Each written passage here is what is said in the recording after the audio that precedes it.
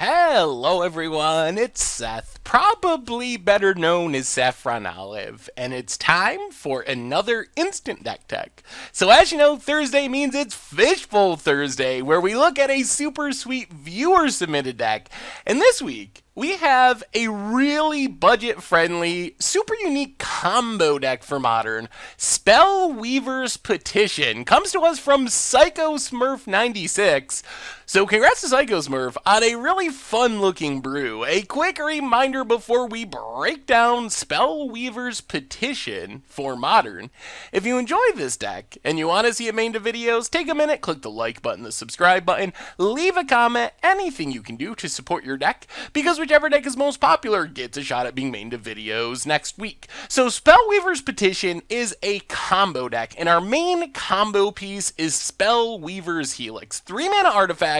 When it enters the battlefield, we get to imprint 2 sorceries from a single graveyard, going to be our graveyard. We exile them, they're imprinted on the artifact, and then whenever a card is played, if it has the same name as one of the imprinted sorceries, we get to cast the other imprinted sorcery for free. So what are we trying to set up with Spellweaver Helix? How does this combo work? So the main combo is the 2 sorceries we want to have imprinted are Dark Petition and Raven's Crime. So you probably see where this is going. We get a bunch of stuff in our graveyard, we play our Spellweaver's Helix, we exile a Raven's Crime, we exile a Dark Petition. Raven's Crime has Retrace, which lets us play it from our graveyard if we also discard a land card. So we play a Raven's Crime by discarding a land, which gives us a free Dark Petition. Now remember, free Dark Petition not only lets us tutor for a card, but as long as we have a couple of instants or sorceries in our graveyard, we also get a demonic tutor. So basically, we're making infinite mana. Not infinite because we'll run out of cards eventually, but kind of the combo of the deck is we play the Raven's Crime, which gets us a free Dark Petition, which we can use to tutor up a land, and we get 3 mana. So we're going to have 2 mana left over. We can discard the land, play the Raven's Crime, again, from our graveyard. We get 3 more mana. Then we play the Raven's Crime again, 3 more mana. Eventually, we're going to have a ton of mana floating in our mana pool. We basically just pull all the lands out of our deck to keep retracing the Raven's Crime, to keep making mana, and then eventually use that infinite mana to win us the game, because remember, Dark Petition still tutors. So after we tutor, we can eventually tutor up a game-winning combo piece. And the game-winning combo piece for the Raven's Crime part of the combo is Exsanguinate. So we make all this mana by just Raven's Criming, tutor land, Raven's Crime, tutor land, Raven's Crime, tutor land. Eventually we're going to have like 30, 60 mana floating in our mana pool. Then instead of tutoring up a land on our last Dark Petition / Raven's Crime, we're just going to tutor up Exsanguinate, drain our opponent out of the game all in one shot, gain a bunch of life, but that doesn't matter. We're just going to kill our opponent on the spot. So that's kind of combo number 1. Combo number 2 is even more direct. So Siphon Life has Retrace, and it drains our opponent for 2 life. Opponent loses 2 life, we gain 2 life. If we can get Dark Petition and Siphon Life both imprinted on Spellweaver's Helix,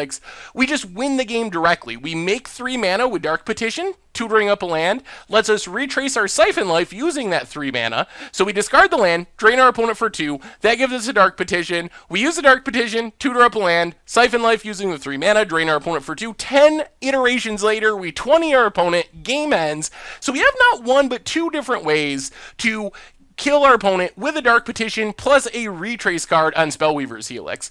The other important part of this combo is getting cards in our graveyard, because remember, for this combo to work, we actually need a big chunk of cards in our graveyard. We not only need the Dark Petition, along with one of our Retrace cards, we need another copy of the Retrace card in our graveyard to be able to start triggering our Spellweaver's Helix and going through the combo. So Dark Blast kills something in the early game, also lets us dredge 3. Dackmore Salvage can be a land drop, also lets us dredge 2.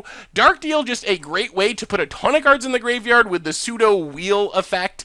Then we have a bunch of removal to stay alive while we're setting up the combo. Disfigure, Doomblade, go for the throat, ways to just deal with our opponent's creature. Duress allows us to pick apart our opponent's hand, maybe get rid of an answer to the combo. Remember, this seems to be a pretty budget-friendly build, only like $50 in the paper world. So Duress, if we were playing less budget-friendly, would definitely be Thoughtseize or Inquisition. And I think that's one of the things I would do if we we were not so worried about the budget, would be to kind of mess with the mixture of the removal a little bit in the discard. Play some Thought Seizes, play some Inquisitions, because those cards are so good. Maybe a little bit less removal, but still reliant on the combo. Sign in Blood and Read the Bones just help us cycle through our deck to find our combo pieces to win the game with. Read the Bones, a little more expensive, but the scry is relevant, while Sign the Blood can actually kill our opponent because it targets a player, but we're mostly targeting ourselves just to draw a couple cards. Mana base, pretty straightforward. Bunch of swamps, ghost quarters to deal with decks like Tron and creature lands. Dagmar Salvage we already talked about. We can play it as a land, but mostly there to keep dredging our combo pieces into the graveyard. Sideboard-wise, we got a couple of cool things going on. Tormod Script gives us a budget-friendly graveyard hate spell if we're playing against decks like Dredge, playing against Snapcaster decks. The rest of the duresses for combo and control matchups. Then we have a bunch of creatures. So our creatures can either come in specific matchups, like Gifted Etherborn is a good creature against aggro. If our opponent's playing Burn, it's a great deck. If our opponent's playing Zoo, it's a great card against those decks. Vampire Hexmage, good against Planeswalkers, because it just can sacrifice to kill them.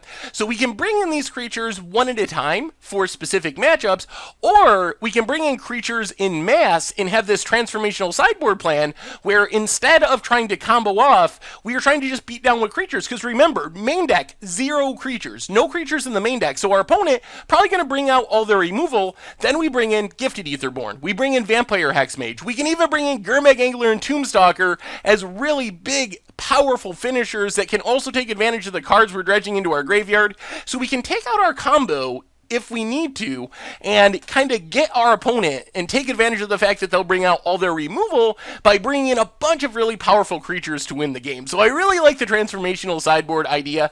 Not 100% sure about Gurmag Angler and Tombstalker, just because they still rely on the graveyard, and I would like the transformational sideboard plan to get our opponent without relying on the graveyard, because our opponent will bring in their Rest in Pieces. That's one of the easiest ways to stop our combo. So if our opponent's bringing in Rest in Pieces and we're bringing in threats that need the graveyard, it kind of defeats this transformational sideboard plan a little bit, but I really like the idea of having a creature-free main deck bringing in some big threats out of the sideboard to beat down and take advantage of our opponent's lack of removal. And that is Spellweaver's Petition from Psycho Smurf 96, and that's our instant deck tech for today. So thank you very much for watching. I hope you enjoyed the video, and I will talk to you soon. Thanks for watching the video. If you enjoyed it, help us out by clicking that like button down below.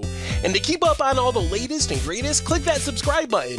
And don't forget to hit that bell icon to get alerts whenever we have new videos. And if you want to, check out some of our other sweet videos here and here.